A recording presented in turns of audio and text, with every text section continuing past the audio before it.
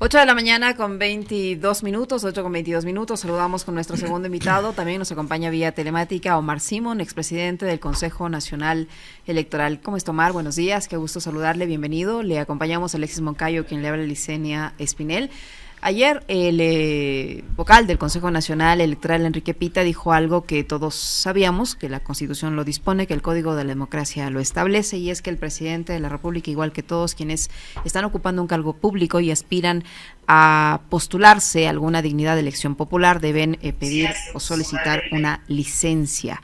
Ayer Enrique Pita se refirió a este tema y ha dicho que las licencias deben solicitar los funcionarios que buscan la reelección, como en el caso del presidente de la República, Daniel Noboa. Él está obligado, dijo, a tomar una licencia igual que todos quienes aspiran a participar en las próximas elecciones. ¿Qué significa este pronunciamiento ya de manera oficial de alguien del Consejo Nacional Electoral en momentos en que en el gobierno como que le han dado largas a esta situación, no se sabe cómo se va a proceder e incluso se han empeñado en considerar que como este es un gobierno de transición, él no debería pedir licencia? ¿Cómo está? Buenos días, Licenia, Alexis, qué gusto, después de tanto tiempo volverlos a ver. Participar en su programa, pues los veo todos los días, en todo caso, pero hace mucho tiempo no había estado con ustedes. A ver, creo que aquí hay una discusión que se viene dando en el país y que no tiene mayor fundamento. La ley, el Código de la Democracia es absolutamente claro cuando determina como un acto obligatorio que quien corre a la reelección, es decir, al mismo cargo que está ejerciendo, tiene que solicitar una licencia no remunerada durante el periodo de campaña electoral. Y eso no tiene espacio a discusión.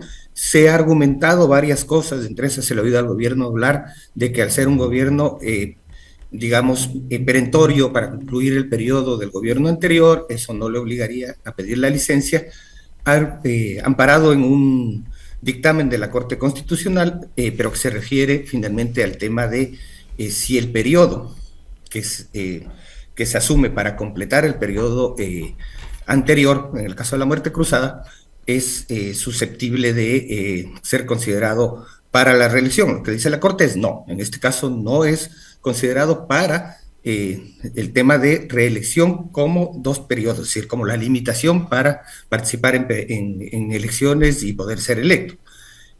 Para participar en la campaña electoral tiene que pedir una licencia, eso creo que ya es una discusión que viene dándose, que ya se ha agotado para mi gusto y que ahora se está buscando por parte del gobierno mecanismos distintos para eliminar a quien le resulte incómodo, pero finalmente es una dignataria de elección popular que fue electa en fórmula con el presidente Noboa y cuya principal función constitucional es reemplazar al presidente en caso de ausencia temporal o definitiva.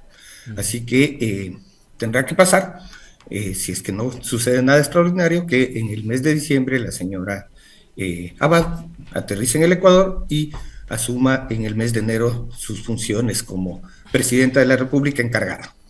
No tiene, primero que gusto saludarle al querido Omar Simón.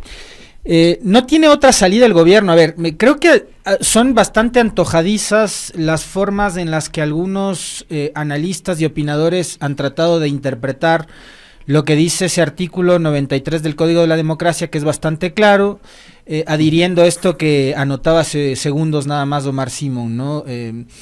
Aquel pronunciamiento de la Corte en la que habla de este periodo excepcional, una vez que fue elegido en los comicios del año pasado, pero no se le puede quitar la condición de presidente de la República. Es presidente en funciones, candidato a la reelección, es decir, tiene que estar sometido como el resto de postulantes en esta elección. Es decir, digamos, Henry Kronfle también podría asumir una cosa por el estilo, que es presidente de la Asamblea, a pesar de que él está postulando para otro cargo, pero podría estirar la ley como suelen hacer acá y empezar a interpretarla de la manera que le convenga. Pero eso está clarísimo, Omar. Ahora, el asunto de la vicepresidenta, ¿puede el gobierno y el presidente Noboa buscarse alguna argucia jurídica, legal, de interpretación para bypassear el hecho de que tiene que encargarle sí o sí la vicepresidencia a la señora Abad? Y ojo, no es que yo quiera que le encargue, finalmente él fue el que decidió que Abad sea su vicepresidenta. ¿Hay alguna manera de que evite el gobierno y Noboa eso? ¿O sí la señora Abad va a tener que hacerse cargo de la presidencia? Legalmente no hay ninguna manera. Mira, solamente fijémonos en una cosa. La interpretación constitucional se la hace, me parece que en el año 2012, en la que dice que en el caso de muerte cruzada, o sea, si la disolución de la Asamblea o por parte del presidente o la destitución del presidente que conlleva una elección extraordinaria, esta elección no se considerará para el cómputo de reelección, es decir, no se considera como un periodo para efectos de los 2 periodos que la Constitución permite. Esto fue en el año 2012. La reforma al Código de la Democracia que obliga a la licencia sin remuneración para quienes corren para la reelección fue incorporada en el Código en el año 2000. Es decir, incluso son hechos posteriores. O sea, la reforma legal es posterior a la interpretación constitucional. Recuerda que la Constitución decía, podrá hacer uso de licencia sin sueldo. O sea, dejaba a potestad de la autoridad el tomar o no una licencia. El Código de la Democracia dice, no, es obligatorio que tome una licencia. Entonces, para mí no hay forma de que la vicepresidenta electa, primero colocada en la papeleta por el presidente Noboa, electa en fórmula con el presidente Noboa. En fórmula, es decir, no se eligió presidente y vicepresidente. Él fue quien la colocó, pueda no reemplazarle. Legalmente no existe forma. Ahora, en el país de los hechos consumados puede pasar cualquier cosa. De pronto la señora canciller decide no darle la autorización para que abandone su cargo como embajadora del Ecuador ante Israel y no le permite venir, o le cambia a embajadora de Timbuktu, o no sé, de pronto se decide mandarla a colonizar la Luna para evitar que esté acá para la época en la que tendría que ejercer el poder, asumir la presidencia. En todo caso, incluso creo que hay un tema que no se ha debatido adecuadamente, que creo que es un tema para que debatan los expertos en temas de administración pública, y es que, ¿qué es lo que dice la Constitución sobre la vicepresidenta? Bueno, básicamente el rol número 1 primigenio, reemplazar al presidente. Y el segundo es aquellas funciones que el presidente le asigne. El hecho de ser embajadora no es una función, es un cargo. Es decir, la señora vicepresidenta figuradamente estaría ejerciendo este rato 2 cargos públicos, el de vicepresidenta y el de embajadora, cuando lo que ella debería ejercer son funciones que se le asignan: coordinar el sector tal, encargarse de impulsar la iniciativa tal, o sea, lo que ha sido lo habitual en el caso de los vicepresidentes, que es que tengan funciones, por ejemplo, para coordinar el sector social. Recordemos que esa ha sido una función que siempre le han dado al vicepresidente. O impulsar el cambio de la matriz productiva, o empujar el acuerdo comercial X, Y, Z. Es decir, son funciones, pero él en esas funciones no ejerce un cargo distinto al de vicepresidente. Sigue siendo vicepresidente, o la persona que estaba en la vicepresidencia ejercía la vicepresidencia y las funciones que adicionalmente el presidente le asignaba. Y esta es una discusión que va a tener que haber en algún momento. Y veamos, bueno, qué pasa con la Contraloría, qué cola puede traer esto, cómo se está pagando su remuneración, si por su cargo de vicepresidente o por su cargo ahora de embajadora, incluso en un cargo de un rol, digamos, en un rol inferior al de su jerarquía como vicepresidenta, ¿no? Entonces, está subordinada a la canciller de la República, la vicepresidenta. A un funcionario de menor rango. Claro. O sea, es decir, la vicepresidenta, en el caso de que el presidente sea ausente, pasa a ser jefa de su jefa. Claro. O sea, y puede la canciller no darle autorización para venir, digo yo. O sea, si entre sus funciones de la vicepresidenta está reemplazar al presidente en estos casos, o sea, ¿cómo la canciller puede decirle no venga, no quiero que venga a asumir una función que está establecida como parte de sus responsabilidades? Liceña, pero es que la canciller le ha prohibido pronunciarse públicamente a la vicepresidenta. Entonces, lo que hemos visto hasta ahora, de aquí para acá, ha sido que una asesora del presidente, ha maltratado y ha dicho lo que ha querido sobre la vicepresidenta, que la canciller le ha mandado a callar, no le ha dado autorización. Recuerden esa polémica de hace poco, no le dio autorización para venir al país. O sea, le impidió venir al país. La canciller a la vicepresidenta. O sea, esto sí es realmente muy macondiano, ¿no? O sea, si alguien desde fuera ve todo esto, decir, estos señores están locos. O sea, ¿cómo es que la funcionaria, una funcionaria de menor rango, manda sobre la vicepresidenta de la República, la segunda autoridad del país? Pero ya ha pasado, ¿no? No le han dado autorización ni siquiera para hacer uso de sus vacaciones. O sea, no ha podido venir ni siquiera a ver a su hijo que fue encarcelado. Es que eso es lo demencial. O sea, insisto, eso es lo demencial. O sea, mañana el director de obras públicas de un municipio, no, perdón, la directora de personal de un municipio, decide no darle la autorización al alcalde para que tome sus vacaciones o por una licencia o para que represente al municipio en algo. ¿Se ha visto eso en alguna parte? No, nunca jamás. Tal cual. Pero eso es lo que está pasando en definitiva.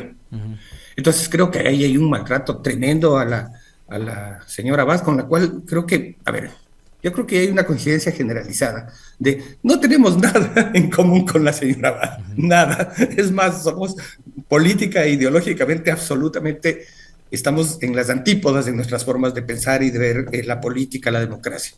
Pero el maltrato del que ha sido objeto es tremendo. Y en función, en el fondo, en el tema de los principios que deberíamos defender los demócratas, no te importe si piensa igual, si no lo hace, si tiene una camiseta distinta a la tuya, no. O sea, todos los ciudadanos tienen los mismos derechos, no importa si es de derechas, de izquierdas, ambiguos como son ahora muchos, o sea, no importa. O sea, es el sistema que tiene que proteger a todos, y las leyes son para todos. Y que el presidente no le guste su vicepresidente es muy su problema, porque debe haberlo pensado antes. Debe haber escogido a alguien que sea empático. Ahora, este asunto y la disputa entre Noboa y Abad sí abre, digamos, la discusión a algo que ya lo mencionaba hace un momento Omar, y ¿es necesaria o cree Omar que es necesaria una reforma a la estructura del Estado, la Constitución, sobre el rol que debería cumplir un vicepresidente o vicepresidenta, de acuerdo a lo que nos plantea esta disyuntiva, ¿no? Este conflicto entre Abad y Noboa, o Noboa y Abad, en adelante, para ver qué rol debería cumplir un vicepresidente, para que la ley mismo ya establezca cuáles son sus responsabilidades, sus competencias, más allá de que venga un presidente y decide mandarle a la Antártida. A ver, es que el vicepresidente tiene un rol fundamental, y es estar enterado de todos los hechos que pasan con el Estado y el gobierno, en función de la necesidad eventual de que asuma la presidencia. Sí, yo no creo que al vicepresidente tú le puedas dar un cargo específico y unas funciones específicas distintas a esto de ser parte del gabinete y conocer sobre los hechos públicos. Bueno, este no es Estados Unidos, pero ¿qué es lo primero que le vas a dar al vicepresidente en el caso de que reemplace al presidente? Las claves de la bomba. O sea, a ir alguien del Pentágono con la maletita y le decir, aquí señores, estas son las claves, y esta es su clave de la bomba. O sea, entonces eso ya es un rol enorme. Lo que pueda hacer adicionalmente mientras pasa eso, bueno, eso es un tema de un acuerdo político con el presidente, pero digamos es el suplente. O sea, está sentadito en la banca por si se necesita el cambio, por si el uno se lesiona, se doble el tobillo, y te toca hacer un cambio, para eso está. Entonces yo creo que ese debate de si es que tiene que ser el presidente del Senado, primero aquí no hay Senado, es decir, tendría que ser el presidente del Congreso. Me parece que sería peor todavía. Imagínate el nivel de conflictividad que tendrías en un Congreso, pues, supongamos del próximo Congreso, que tal cual están las cosas, y la papeleta va a estar muy atomizada. Más asambleístas se van a elegir, con más organizaciones políticas en el menú. Claro. Probablemente pase lo que siempre pasa, que se concentre 4 o 5 más algunos independientes, en 2, 3, 4 organizaciones políticas de algunos independientes, pero presididos por alguien de fuera de la función judicial, de la función legislativa, que es el vicepresidente, que representa los intereses del Ejecutivo. O sea, solo pongámonos a pensar la crisis de institucionalidad que vas a tener, porque la Asamblea, los legisladores no van a reconocer ese presidente. Primero, hasta por tradición. Segundo, porque ese no es nuestro sistema. Es decir, además hablamos de cómo reducir el hiperpresidencialismo y vamos a poner al vicepresidente a presidir el Parlamento. Me parecería que esto sí ya nos llevaría a unos niveles de ingobernabilidad ya sin precedentes, ¿no? Ya los tenemos, son enormes. Pero imagínate lo que vendría con una reforma de ese tipo. Omar, ¿cómo mira usted hasta el momento en la organización de este proceso electoral, el rol que están cumpliendo las autoridades electorales en sus diferentes ámbitos, tanto el Consejo Nacional Electoral como el Tribunal Contencioso Electoral, que ahora podría decidir la suerte también del presidente y de la vicepresidenta de la República, y del Consejo Nacional Electoral con sus autoridades, algunas de ellas bastante cercanas al mandatario, incluso con familiares ocupando cargos públicos, y se les ha visto muy cercanos en eventos públicos? Eso por un lado. Por otro, cuando vemos cómo con unas candidaturas reaccionan de una forma y con otras no.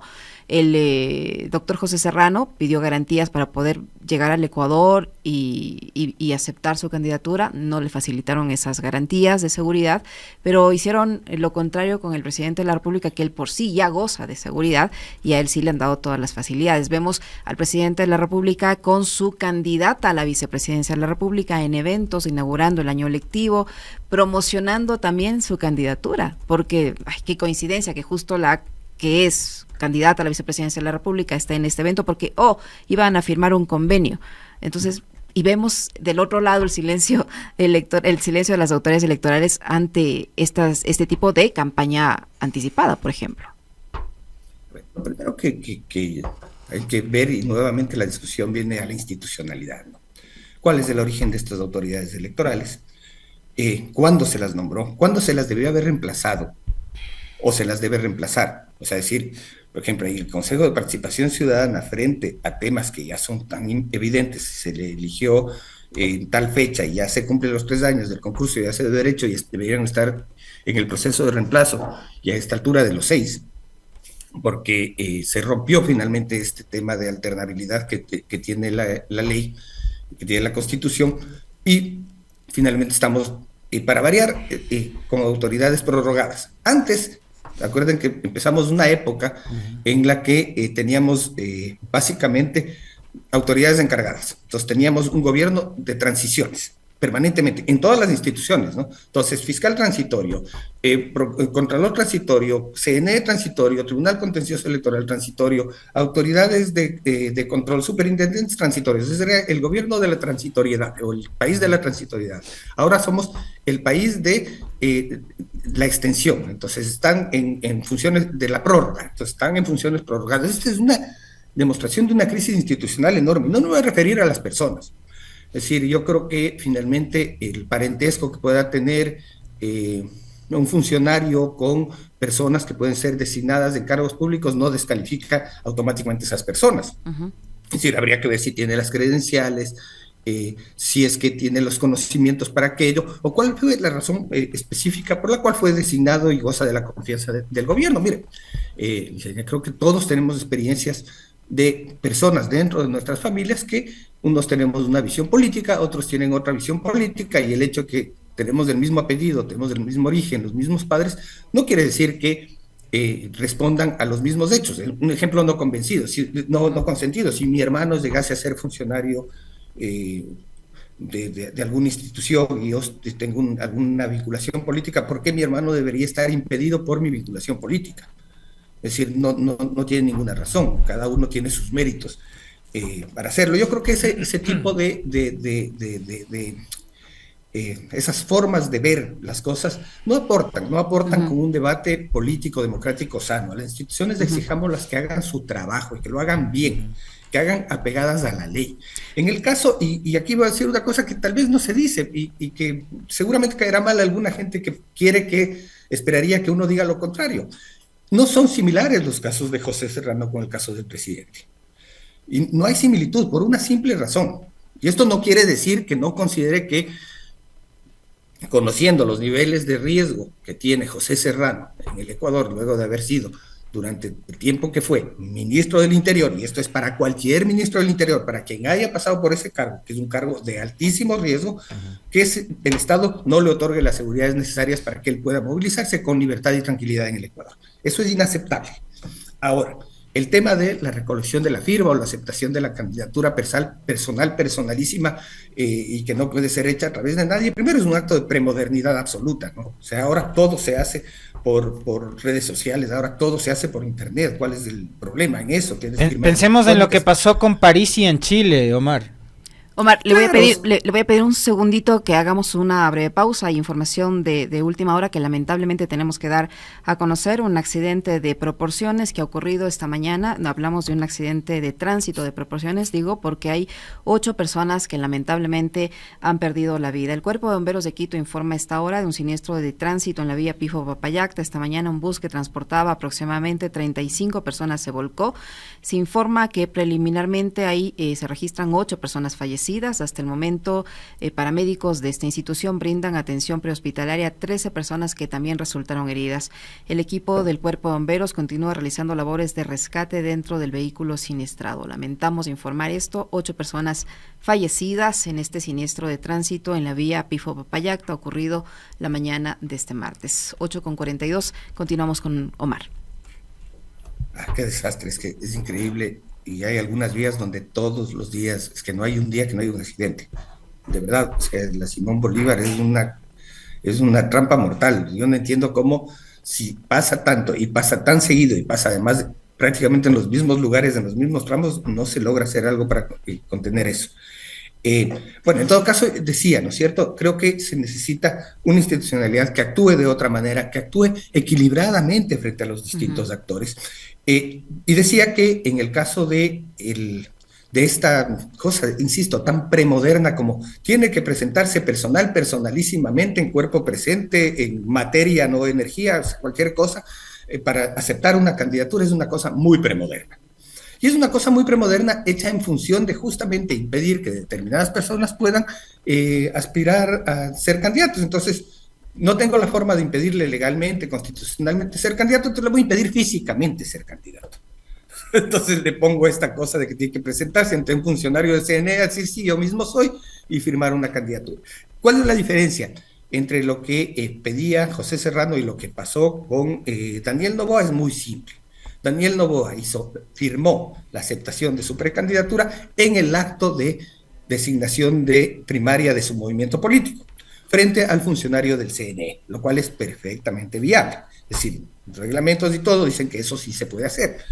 En el caso de José Serrano, pidió que su aceptación sea, que el funcionario se traslade a donde él está para realizar, para aceptar su candidatura. El hecho es que lo que no debería pasar, y creo que hay que ir al tema de fondo, es que se siga manejando o legislando en función de afectar determinados candidatos o aportar a determinados intereses. Y ese es el gran problema que tiene el Ecuador, y eso, si no lo logramos entender, que en un sistema democrático se legisla para el conjunto, no para un hecho en particular, se legisla para que el sistema funcione, no para afectar a determinada persona, vamos a seguir de tumbo en tumbo. Eso es lo que va a pasar. Entonces, claro, ahora le afecta a José Serrano, antes le afectó a Rafael Correa en el año 2021, se lo hizo en su momento para impedir que Abdalá Bucaram se candidatice, y así. Y así nos pasaremos, y seguramente si por ahí se les escapa algo que alguien que no quieren, entonces habrá una nueva reforma al reglamento, a la norma, a la ley, o a lo que sea, para impedir que alguien participe. Lo que impide que alguien participe es lo que dice la Constitución, las prohibiciones. El hecho de no estar físicamente en el país no puede ser un impedimento. ¿Por qué un ciudadano que vive en Europa, un ecuatoriano que vive en Europa no puede ser candidato presidencial? Porque al final también le estás impidiendo. Yo le decía hace un momento, Omar, yo le decía hace un momento, Omar, ya que acá nos encanta siempre tomar ejemplos y referentes del exterior. Lo que pasó con Franco Parisi en Chile, él hizo campaña desde los Estados Unidos, nunca acudió a los debates y participó como candidato presidencial. Es más, quedó tercero, ¿no?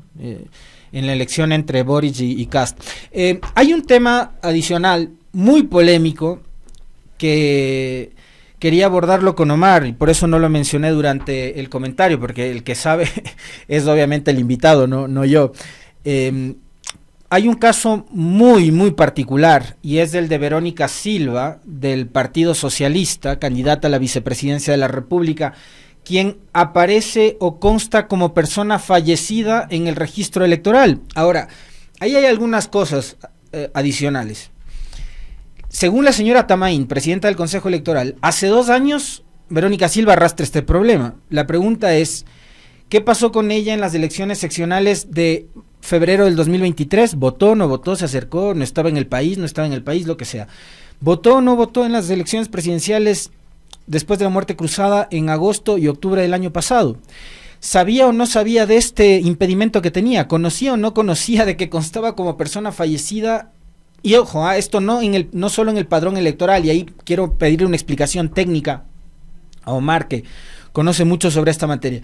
¿Se origina el problema en el padrón electoral o en el registro civil? ¿Y qué tenía que haber hecho la persona afectada en este caso para subsanar ese problema? Y si conocía de este problema, ¿cómo es que se postula como precandidata?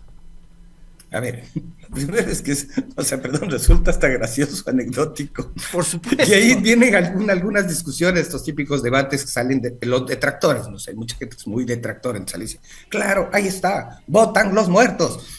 Pues resulta que en este caso no permiten votar a los vivos. ¿Qué es lo que debe haber pasado? Es decir, a ver, el padrón electoral se hace sobre la base de datos del registro civil. Es decir, el Consejo Electoral, ¿qué administra? Administra la vida política de las personas, los derechos políticos de las personas. Quien administra la vida civil, que es el registro de nacimiento, matrimonios, defunciones, divorcios, es el registro civil. Entonces, la responsabilidad absoluta de eso es del registro civil. O sea, habría que revisar si es que el problema se origina en la base de datos de origen, en la base de datos de origen del registro civil que emite al Consejo Nacional Electoral para que el Consejo Nacional haga el padrón, o es un problema dentro del CNE, pero es difícil que sea dentro del CNE, porque al CNE, ¿qué le mandan? ¿Qué le manda el Tribunal Contencioso Electoral? La lista de ecuatorianos vivos, de acuerdo al registro de personas, a la nómina de ecuatorianos, entonces muy raro. Si esto sucede hace 2 años, ella no pudo haber participado en procesos electorales, por lo menos durante ese tiempo. Pero entendamos que estamos hablando de muerte civil. Es decir, en teoría, esta persona no debería poder haber hecho absolutamente nada. O sea, abrir una cuenta bancaria, no. Bueno, casarse, si se casó, no, divorciarse tampoco hubiese podido hacerlo. Viajar, es decir, ¿cómo pasa los filtros de migración? ¿Cómo tiene un pasaporte si además está fallecido y consta fallecido en una base de datos? Entonces, sí, es bien extraño el tema.